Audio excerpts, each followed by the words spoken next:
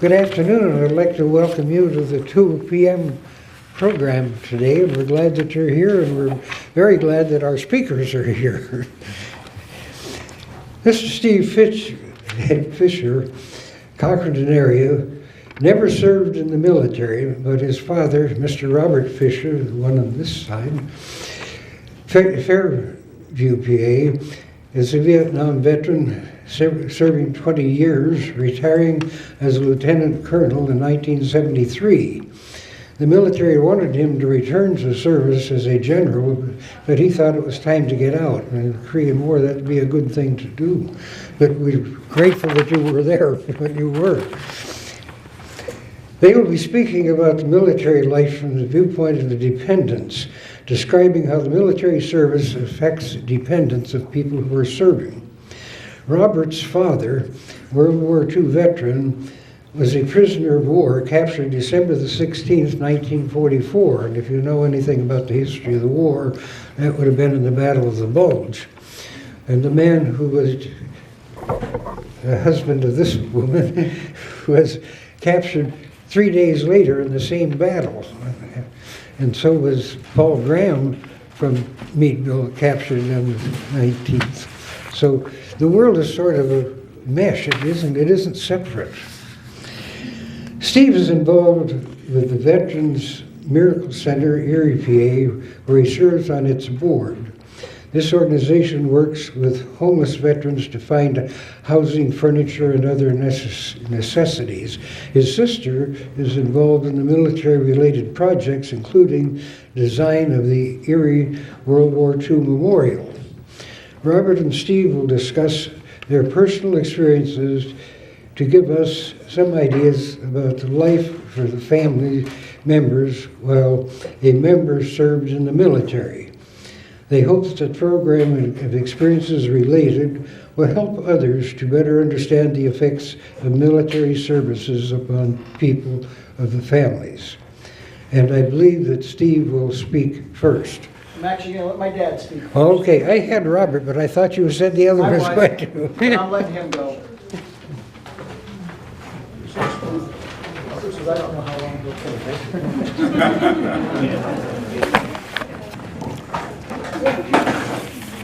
It's a pretty small world, you know. I met a gentleman here who was in the same outfit as my dad in the Battle of the Bulge. Right here, the retired dentist, same outfit, the 422nd Regiment of the 106th Division. So, and one of the few they got out. They had 10,000 people killed that day, and that was quite an experience, wasn't it?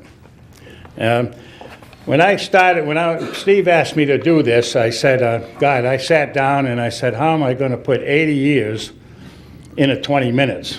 You know, and so what I did is I put a few notes down that I think will bring interest to some of you that wouldn't even believe that the world could exist as it did then.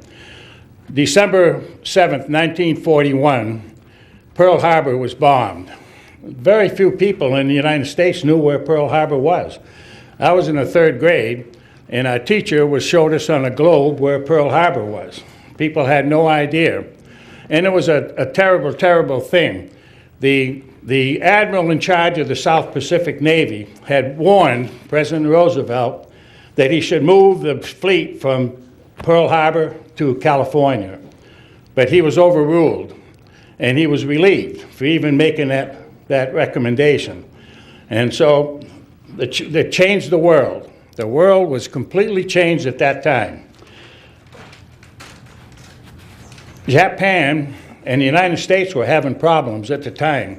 We didn't know that, but Japan had sunk a Navy boat in the Yangtze River. And Japan was also trying to occupy China.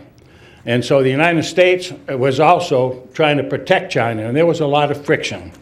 So right away, something happened that never had happened before, except in the Revolutionary War when they had to have a draft, in the Civil War when they had a draft. And now in the Second World War, there became a draft. The draft started drafting young people. And before you knew it, there were no more young people in town. And my father, along with people like yourself, was 39 years old when he was drafted. He had a business. I come from Barre, Vermont. It's a small town, third biggest city in Vermont with 10,000 people. And my dad couldn't get out of the service because he had a business, and he was married and had 2 children. But he didn't. He along with very good friends of his, about 7 very good friends, almost the same age, got drafted at the same time. It became a matronical society.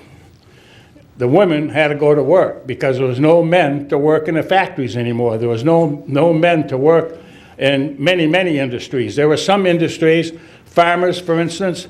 A lot of farmers didn't have to register for the draft. They had to register, but they didn't have to worry about being drafted. There were certain industries that the men had to run machinery, etc. But basically, women went to work. And one of the reasons they went to work was my mother, for instance, got $75 a month to take care of the family from the government. So they had to go to work. And I'm also happy here to have retired military guys that were cadets when I retired. So thank you for your service. And men stood in line. Men stood in line to be drafted, to get into the service. They didn't wait to be drafted. And seniors in high school did not get a chance to attend graduation ceremonies. As soon as their classes were done as a senior year, they were drafted and were in the service. And 17, 18-year-old guys in the service, in the battles in the South Pacific and the battles in Europe, flying B-17 aircraft in the Second World War, 18, 19, 20-year-old pilots. Today you have to be a major or lieutenant colonel to fly them. And that's kind of ironic that you can teach young people to do that, I suppose. But there are a lot of other things that happen.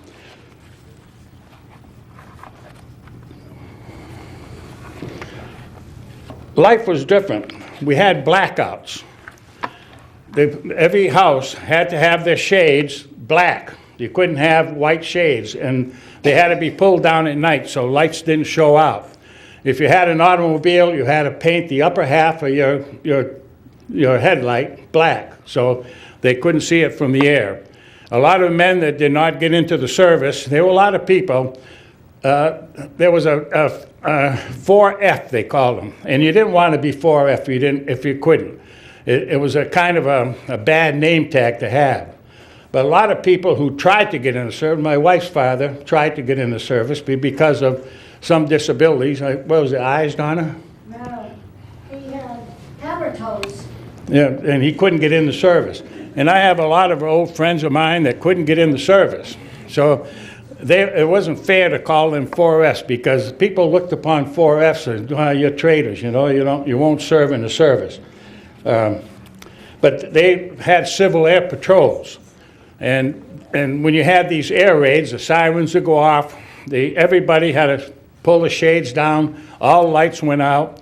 Every mountain in Vermont, and I'm sure some of the higher hills around here, had towers. And they'd go up in these towers and they'd be looking out for German aircraft to come over and bomb. And this went on all during the war. But one of the biggest things was rationing. Do you remember the rationing? Everybody was rationed. It was food for the services first, gasoline for the services first. Everything was for the services first. So you had ration books. I wish Donna has some ration books. I wish I'd taken them to show you. And there were little stamps. And you had to use them when you had to buy sugar, when you had to buy butter, when you had to buy anything. If you had an automobile, there were no new automobiles from 1941 to 1945. There were maybe a couple that filtered out in 42, but basically all manufacturing for automobiles turned to tanks, trucks, artillery weapons, whatever, ammunition. And you got a little sticker you put on the car. If you had a car that you just used for normal transportation, you probably were authorized 5 gallons a week. And if you had a business, you were authorized a little bit more. But everything was rationed. And Spam became the meat of the day. And I mean, I ate Spam every way it could be. They tried to make it into spaghetti sauce, didn't work, but that's what we had, Spam. And we had banners in the window. You remember the banners in the window? I saw one in the by the way, those are fantastic displays in there. And the banners were in the window. Almost every house on the street had banners. And they had Blue Star, Silver Star, or Gold Star. Your parents had a Silver Star. That was for missing in action. Gold Stars were for killed in action. Blue, that you had killed in the service. Sometimes you saw 4 or 5. In fact, the famous, most of you don't really remember anything like this, but I'm sure in the military you remember the 5 Sullivan brothers. 5 brothers died, and the family had 5 gold stars, you know. And savings bonds. Every kid, we used to go to school and we brought 10 cents, remember? 10 cents, and you bought a savings stamp. And when the savings stamps got so many, you brought them to a bank and bought a bond. But that's what financed the Second World War, was savings bonds. Everybody bought savings bonds. And up until recently, and probably while you were still in the service, you bought a savings bond out of your pay? Almost everybody did. And at work, that was a thing like belonging to the Chamber of Commerce or anything else. You bought savings bonds.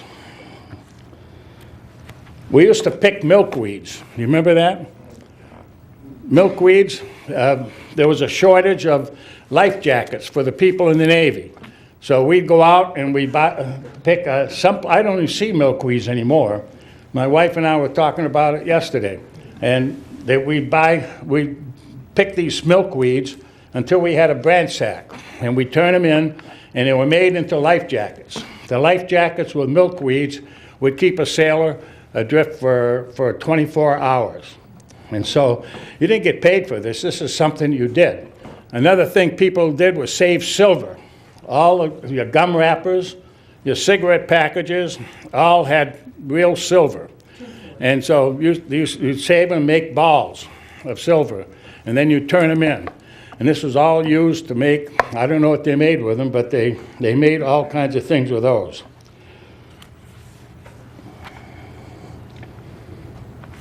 In 1944, December 16th, something happened in the Argonne Forest. Now, most people who are not historians don't know this. Even military historians never really cover it much. But the Argonne Forest was sort of a recreation and recuperation, R&R area, for American forces and for German forces. It would not be surprising to have Germans at the end of this room and Americans here. It was just sort of an understanding that that was a peace place. That was a place that Americans brought units in to prepare for war, and the Germans and the Americans both would bring units in to recuperate and get restructured. If you ever served in Germany or lived in Germany, did you serve in Germany? Yes. Yeah, you did, I know.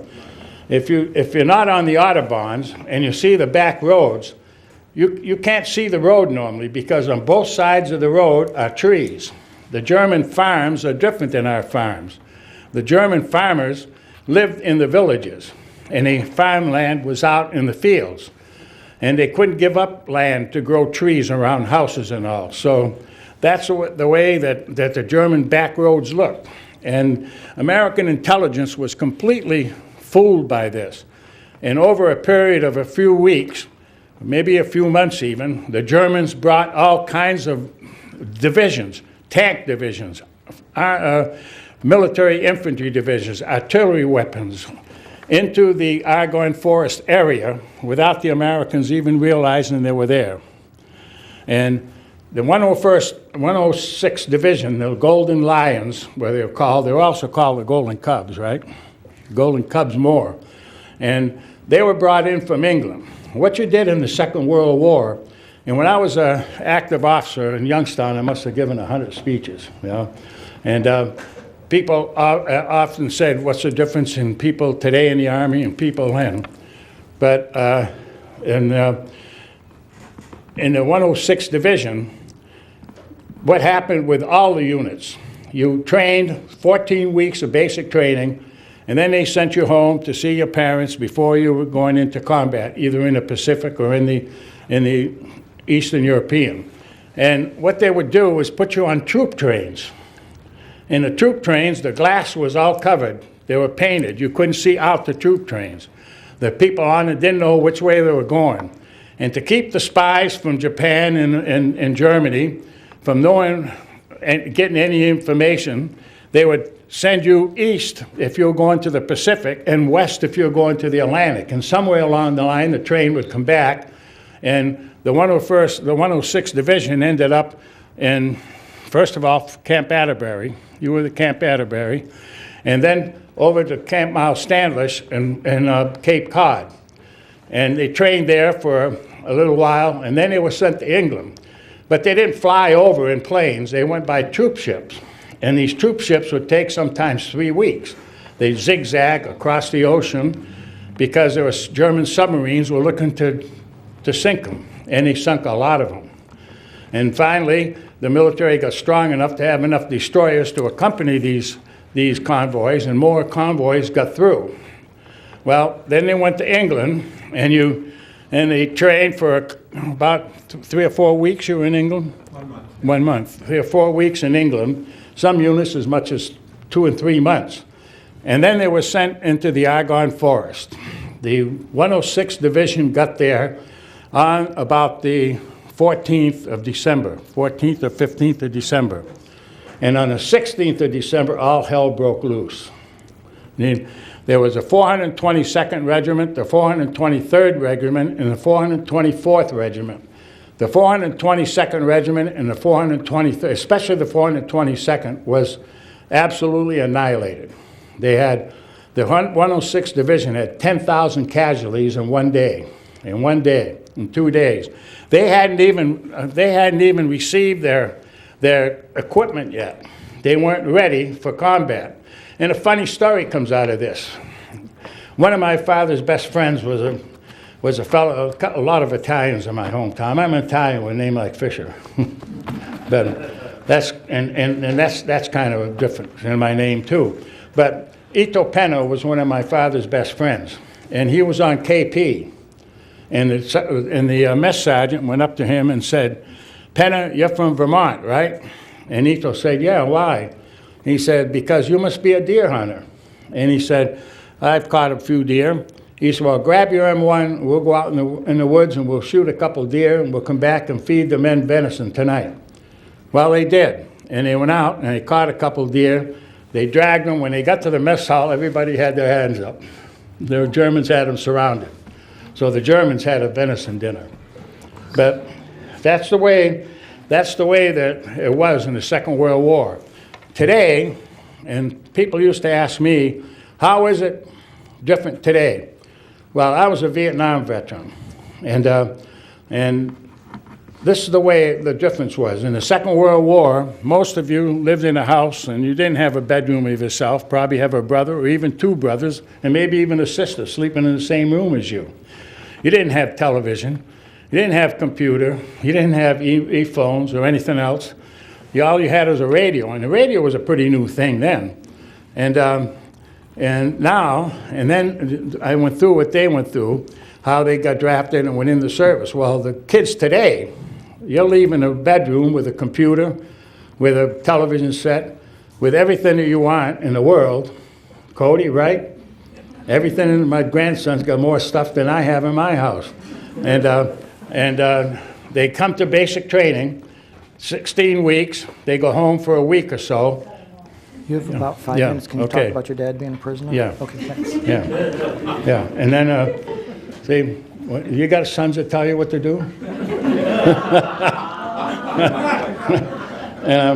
And anyway, they get back and they get on a shiny jet. And in Vietnam, for instance, in 35 hours, you were over in Vietnam, you got a 2-day indoctrination, and you were in the jungles fighting. That's a big difference than people in the Second World War. Well, my father was captured along the same day as the dentist here, and he was on his way, he was actually on his way to freedom, hopefully, meeting American troops. And he found a soldier sitting against a tree with a bullet hole from one side of his body through the other side. So he said, I'm going to pick you up and we'll see if we can get to an aid station. And the kid said, no. He said, go and save yourself. I'm going to die anyway. And so my father said, where are you from? And he said, Rutland, Vermont. That's 50 miles from my hometown. So I said, I'm not going to let you die. So he picked him up over his shoulders, and he started towards what he thought was friendly lines, ran into a bunch of Germans. He was captured. The kid was put in a stone house. Now, you know, sometimes the enemy isn't as bad as people think they are. You know, a lot of German soldiers didn't want to fight. They were drafted in the service just like our people. And they had taken a stone house and made it into an aid station. But it didn't have a Red Cross or anything on it. And so they captured my father, they put this kid there along with other wounded Americans and wounded Germans. The next day the IRF bombed it and killed everybody in it anyway, you know. So anyway, he was in I don't know, were you in the group that had to walk so long in the snow? 3 days. 3 days in the snow. I mean, now you're talking about December, and end of December, and very cold and snowy in Germany. And the Germans, in many cases, took the boots from the soldiers, and they walked in their socks, and a lot of them got frostbite, and 3 days, and then they put you in boxcars, right? And they went for hundreds of miles in boxcars. And then you went to different prison camps. My father was in Stalag 4B. Which one you in? 9B. 9B.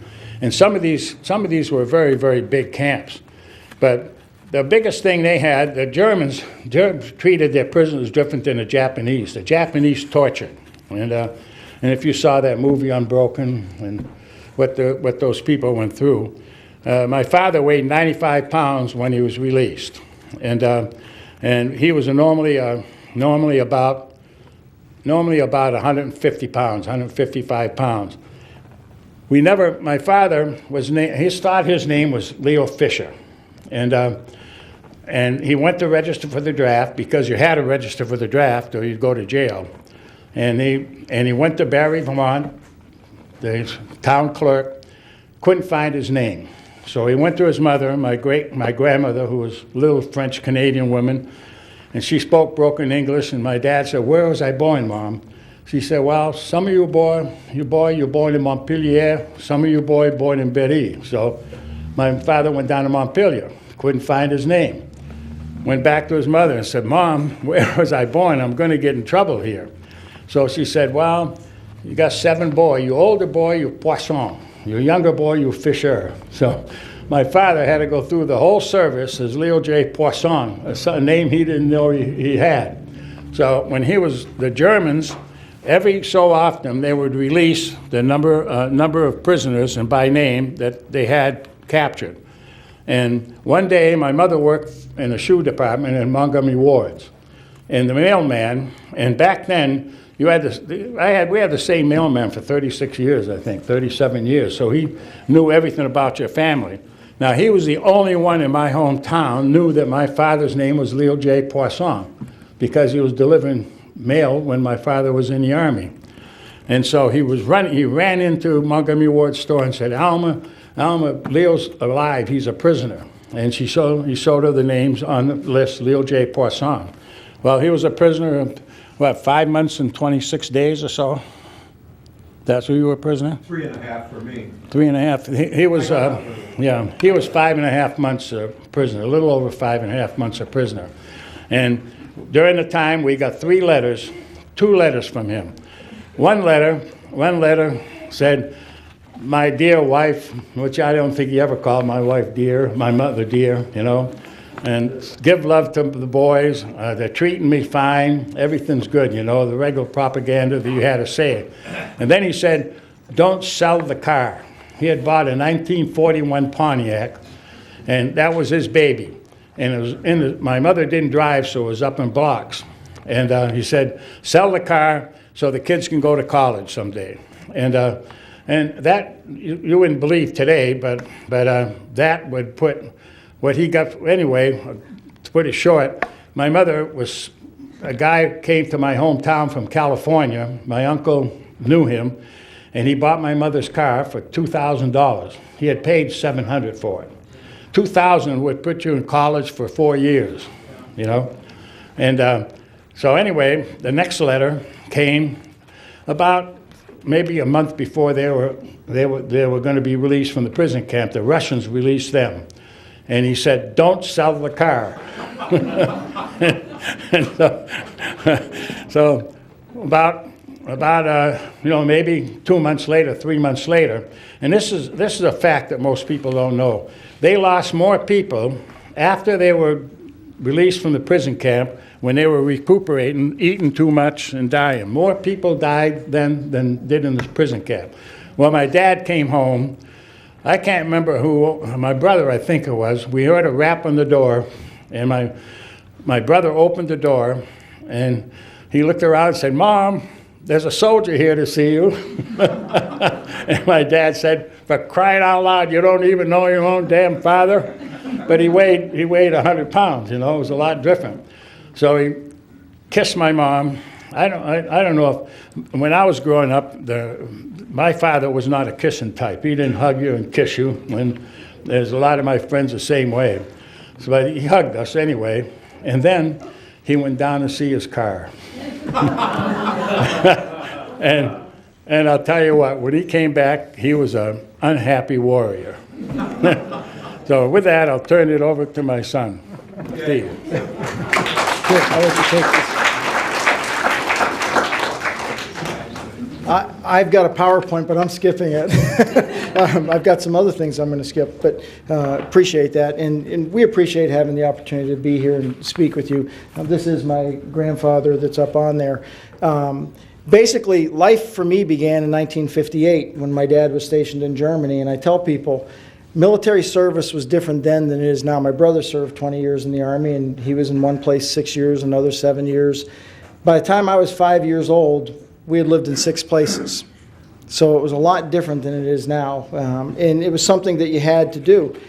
Moving had its drawbacks. For example, I don't have any childhood friends. You know, my wife talks to people that she grew up with as a young child. My childhood friends were military dependents like me. And we moved, they moved. We used regular mail, Cody. It wasn't email. It was one we put a stamp on. And they only got forwarded so many times before those addresses were lost. And then you were out of contact. It's kind of nice. Facebook has allowed me to touch base with some people, and classmates.com with some people from 40, 50 years ago. But, you know, another drawback was, as an outsider going to a new school, you had to prove yourself every time because the new kids got attention, and so sometimes a few little battles came about. But that's okay. That was part of it. I wouldn't change anything about growing up as an Army dependent. And I used to use the term Army brat, and I didn't mind that. But the things that we got to do, and I give an example, my friends, when I was young, they used to play Army. They don't do that today anymore. They play it on the video games. But we used to go outside and play Army in the woods.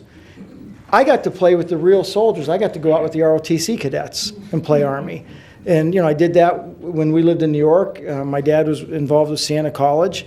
And then did it when he was at Youngstown State. And I'll never forget when I was in 8th grade, on one of the times they were doing overnight maneuvers. And so I was allowed to go. Major Williams was my dad's assistant. And so I went out on the overnight maneuvers. And I remember I looked like the Frito Bandito because I had a couple straps on me with all these smoke grenades. But I felt like Patton because instead of giving me a rifle, they gave me a couple pistols. And so I was in the maneuvers with them. But this particular time, we moved to Canfield. It wasn't that long after Kent State. And my dad took over the ROTC at Youngstown State, and we were out at the all-night maneuvers. And Major Williams got on the radio, all lights were off, and he said to the cadets, he said, load up your weapons, we're going to start the war. And one of the cadets radioed to Major Williams and said, Major Williams, our blanks have points. And that doesn't feel right. So Major Williams had people turn their lights on, and sure enough, some of the soldiers had live ammunition. And they figured that it was probably somebody that was protesting Kent State had gotten into the supply shack and switched them. So that night we would have been shooting at each other, some people with live ammunition. When we went home, and I mentioned that my mom wasn't real happy about me going out on all-night maneuvers anymore. But it was a fun thing, and it was nice to go out and do that. The military allowed me to do a lot of other things. I rappelled down a wall. I did the simulated parachute. I got to climb in tanks, things like that during the Armed Forces days. On the Army post at Fort Devens, it was one of the slides that I had that I'm not bothering with, but my brother and I my brother's 4 years older than me, and we became friends with some of the MPs. And they allowed us to shoot the cannons at night when they were lowering the flags. I mean, our house wasn't too far from where the flag was at, and so we'd go down there and blast the cannon, and it was kind of a fun thing to do. They allowed us to do that until somebody shoved cardboard and a bunch of golf balls in one of the cannons, and it kind of shot everything across the parade field, and they said they fenced it all off and kids weren't allowed around anymore, so much for that. But I also got to do things, Yankee Trailways bus, one of the pictures that I had. When my dad was in Vietnam, the Persian Rifle Drill Team, and I was a young kid, Persian Rifle Drill Team kind of made me their mascot. And they took me with them to West Point, to Fort Drum, Fort Dix back when they were Camp Drum, Camp Dix. And I was able to go with them on these little trips. And it was something that was fun. It was something that was a little bit different and something that friends of mine wish they could have been doing. I moved a lot, but I remember when I moved to Fairview my senior year, friends of mine there had lived in Fairview all their life. They had never gone anyplace else. Not like today, they're a little bit more mobile. But they couldn't wait to graduate to get out of that area and go someplace different. I'd already been to a bunch of places. When we were kids, my parents, when we lived in El Paso, Texas, we went down to Juarez, down in Mexico. It was safe at that time. We went down to see the bullfights. In North Carolina, we went to places like Tweetsie Railroad. My oldest daughter, Megan's here. I took her and my son to Tweetsie Railroad when we were down in that area. They all loved going way out of the way to ride a train, but I wanted to go see it again. There was a lot of things that we could do that the military allowed us. We went up to St. Lawrence River every year fishing for a while and stayed in trailers that were military trailers, and they were very affordable.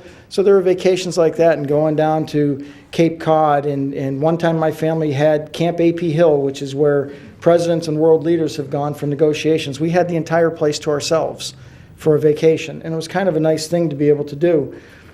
Living on the Army post provided you with opportunities.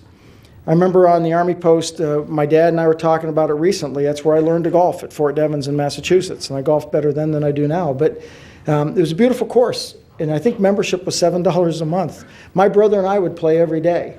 And one of the gentlemen that would let us play with them once in a while was the general on the Army post. He was also on my paper route. But it was General Alban Erzik. And General Erzik, I didn't know at the time, he was one of Patton's top tank commanders. And here was a guy that let my brother and I play golf with him. We got to go horseback riding because the saddle club's on the Army post, things that a lot of kids weren't able to do.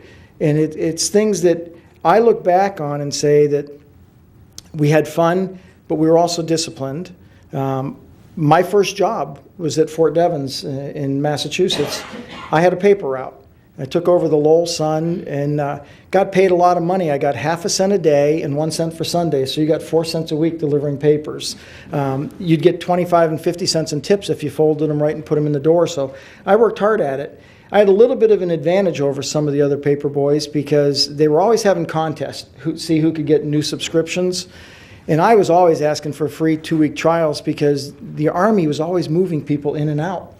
So I always had new prospects to deal with. And so I'd take these and I'd give them to the soldiers and give them to others. And one of the times when I was delivering to one of the barracks, I recognized one of the guys that was there, and he wasn't a regular serviceman. And it was Tony Conigliaro, who was a star baseball player for the Boston Red Sox. And Tony was there, his brother Billy Conigliaro was there, Bill Lee from the Red Sox, and Joe Coleman Jr. from the Tigers. They were in reserves. And I got talking with them because I was delivering papers there, and as long as I didn't tell everybody else so there'd be a big crowd, every day for the next week when I was done delivering papers, they had me come over and they worked with me on my hitting and fielding. It was kind of nice, and that's something that I wouldn't have had that opportunity if it wasn't for the military, for me being there at Fort Devens. And I look back and say the places that we went to, the things that we learned, having the paper route, it was discipline. And it was tough. When my dad was in Greece, I mean, I was just a few years old. We lived in Vermont. We lived near my grandparents. Both my mom and dad's parents were in Vermont. They weren't that far apart, so it was nice. We had family there. But it was tough. Our dad was gone for a year. When he was in Vietnam, he was gone for a year. We had some great neighbors in New York. But the difference between then and now, I tell people, we didn't have internet. We didn't have email, Twitter, Skyping. I don't even know how to use half these things now anyway, but we didn't have those. We got a letter from our dad maybe once a month if we were lucky, and we might send a letter back. You'd hear that some troops were captured or some soldiers were killed.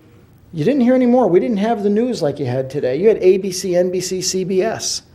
And so it's something that we didn't think about because you didn't want to worry about it, but we didn't have the coverage of today. And I say that I think in some ways that's easier because we kept it out of mind. I was just talking with one of my clients yesterday, and her son's in the service, and she said, Steve, I got to tell you, it's hard when I'm listening to him on the phone or Skyping, and I'm hearing explosions in the background at times, depending on where he's at. She says, I get scared. I said, I never thought about it that way. I just knew that we didn't have to worry about it. The only thing that I knew is that you never wanted to have a car pull up to your driveway with two people from the service come out in uniform and come to your door, because that usually was not a good sign. But I think that growing up as a military dependent, it taught me respect, discipline, but it taught me respect for other people. And most importantly, it taught manners too, but it taught respect for the military. And that's something that I personally was going to go in the military. When I was a senior in high school, I had planned to go in and be a pilot. One of my dad's friends was at the house, and he was a retired 3-star general. And my brother had gone in the military afterwards, after he had graduated. But the general said, Steve, the Army's not the same Army it was when he was in it or when my dad was in it. And my dad had gone into insurance afterwards. So I said, I'm not going to follow the Army side, but I am going to follow on the insurance side, because my brother actually was 22 years in the military. And like I said, he didn't move as much as we did when we were kids. But it taught us a lot, and we learned a lot. And my dad, Dr. Barrett mentioned the memorial up in Erie. It wasn't my sister, it was actually my dad's sister. She's an artist up in Vermont, and when they were looking to do a World War II memorial, she designed this thing. It's 28 feet wide, and I had pictures I would have been showing you, but it's a beautiful piece. If you're ever up in Erie, it's on 26th Street and State Street by the Veterans Memorial Stadium there. And she designed the whole thing. All of the people on it are either the national heroes or soldiers from Erie. They look like photographs, but she did them by hand, except for one person on there. And if you look at the Purple Heart under the Battle of the Bulge scene, she has my grandfather there. And the people of Erie didn't mind her putting that on just as a memorial to my grandfather, since he was the prisoner there. And whenever I'm in Erie and I have new people, business or other, I'm in that area, I stop and I show them that so they can see it, so that they remember what took place, but also it's a way for me to remember my grandfather and respect all the servicemen that were prisoners and that served during that time. But my grandson's here, Cody, and he's in Civil Air Patrol, and probably when he gets older, he might think of going into the Air Force or whatever. I just tell people, being a military dependent is not a bad deal. There's a lot of opportunities that are there. It's something, like I said, I learned a lot from it. I appreciate everything we did. I think my parents did a great job trying to raise us and teach us. I remember the back of my dad's hand a lot, his college ring, if you didn't do things right. And we did stupid things too. I know time's almost up, but one that he likes to tell people about is when we lived at Fort Devens in Massachusetts, there was a training facility there for Vietnam. They called it VC Village. And my buddies and I knew where there was a hole in the fence. And we would go there once in a while, and we'd get kicked out by the sergeants or others when they caught us, but we knew where there was another hole, and we could go in another way. And one time we brought home 3 grenade simulators that hadn't gone off, and we thought they were pretty cool to have. And we put them on the rail on the porch, and my dad didn't see them, and he started the gas grill and the heat. Guess what? Those things blew up on the porch. He wasn't happy with us. But it was stupid to do those things, but we didn't know any better. We were kids. One of my friends, Joe DeTura, in school, Joe had one on a different day and was running. He was being chased off, and he fell. And he hit the ground, and it went off, and he lost a couple fingers and stuff like that. So we learned then to stay out of VC Village. It was more of a dangerous place than we should be. But again, it was experiences that we had. And I remember the servicemen, how great they were to us on the Army post, the ones that would let me shoot my bow and arrow where we weren't supposed to have bow and arrows. My parents will tell you, too, one night, I was late for dinner. I wasn't supposed to be in. MPs came up with their flashing lights on their Jeep and did a U-turn out in front of the house. They were just dropping me off. So I became friends with the MPs, and I realized how late I was for dinner. And So they quickly ran me home with the lights going, and I still got in trouble. But, but anyway, I just wanted to take some time today to let you know, through the dependents' eyes, growing up military was tough at times. Not knowing where your dad was at, or if you'd ever see your dad again, or your mom if they were serving. But there was a lot of trade-offs that were well worth the time that we put in as dependents and all that we learned from it. And I truly, truly appreciate all of you that have served in any branch of the service, those of you that are still serving, and all of you that were dependents of those that served, because you know what I'm talking about. You know how difficult it could have been. So we're here for a few minutes still if you have any questions of my dad or of me. But again, I appreciate your time being here today. Thank you.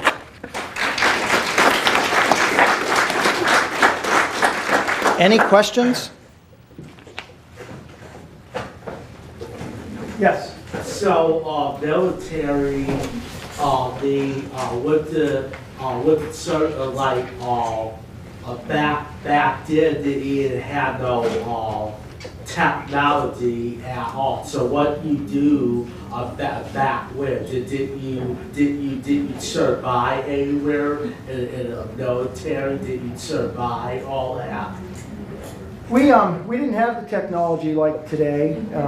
Geez, I remember when we moved to Fort Devens, they had a room almost this big full of computers, and my dad got them switched over to new IBMs that were down just little tiny things. But we didn't have any technology. We didn't. We had TV, and there was very little news on that. I remember every night the sound that would go off. I wasn't supposed to be up, but I was. When the TV channels would go off, they'd go off the air. Yeah, it was black and white.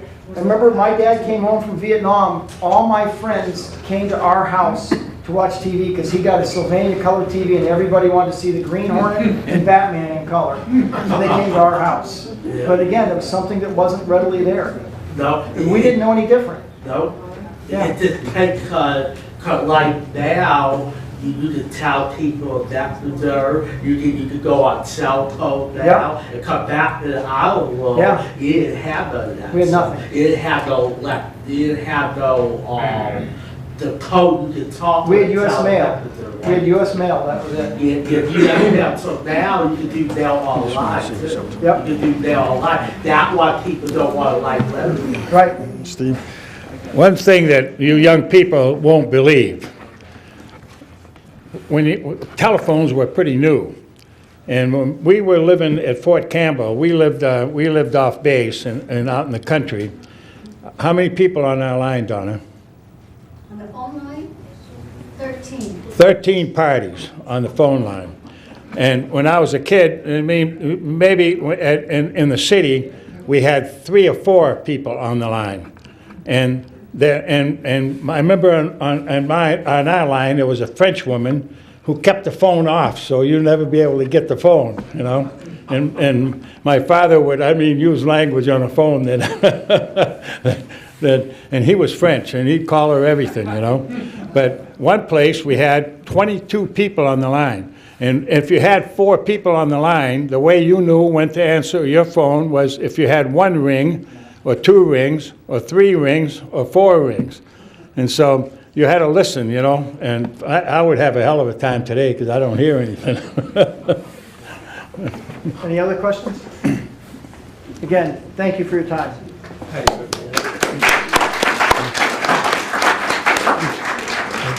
We want to thank you very much for your presentations, and I appreciate the audience. One thing I'd like to say, you heard about paper boys today. Our paper boys today, if you have them, they're adults that drive around in cars and stick them in. How many people in here were paper boys? Okay. I am adding one paperboy story. Well, Mark could add one too. I had this route for 2 years, and I delivered every day walking or riding my bike, and it covered a lot of territory on the Army post, but every day I made sure I did that. Except one day, we had a terrible snowstorm. This was in Vermont, or in Massachusetts. There was a terrible snowstorm, a lot of deep snow, and my dad kept saying, it's unsafe to be out there, the sidewalks are all covered, you can't be going out, let me drive you, let me drive you, let me drive you. I finally gave in, let him drive. It was our second car. It was a little Opel Kadett. And so we're driving, we get to this intersection with the snow's piled all around, he's creeping out to see, and we got hit by a Lincoln. It was the chaplain going to the church to practice his Christmas Eve sermon and kind of spun us around into a snowbank. And guess what? I walked the rest of the paper out that night too, so because the Lincoln won, but yeah. Well, again, thank you very much. Thank you for your presentations and thank you for coming. And if they have any food anywhere, go get it.